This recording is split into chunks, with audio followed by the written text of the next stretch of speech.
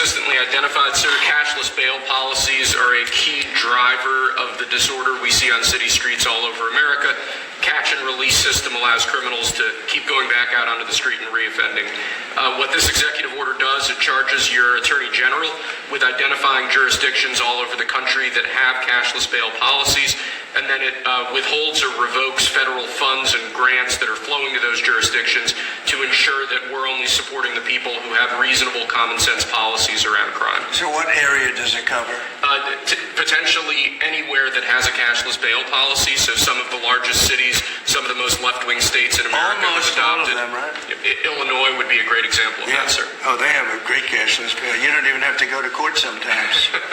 No. Illinois, I love that state. It's a great state, but it's run so badly by Pritzker. They threw him out of the family business, and he becomes governor. Now he wants to run for president. I don't think that's going to happen. Okay, we'll sign right here, right? Sir.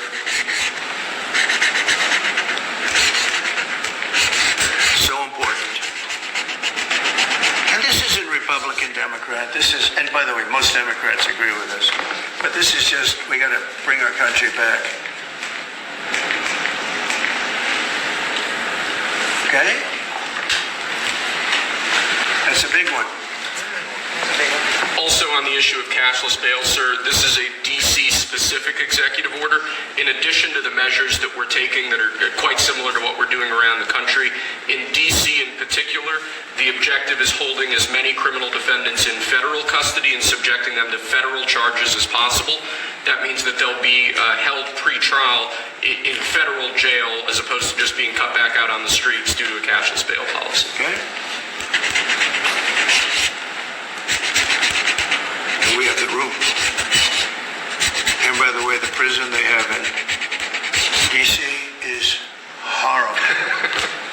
It's horrible.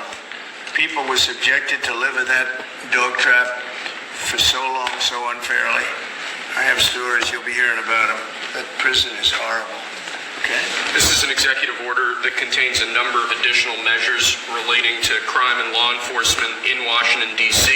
It charges, for example, your Secretary of Defense with establishing specialized units in both the D.C. National Guard and the National Guard units around the country, specifically trained and equipped to deal with public order issues. It charges all of your various federal law enforcement agencies with hiring additional personnel to allow them to surge personnel to Washington, D.C. to deal with the current emergency here.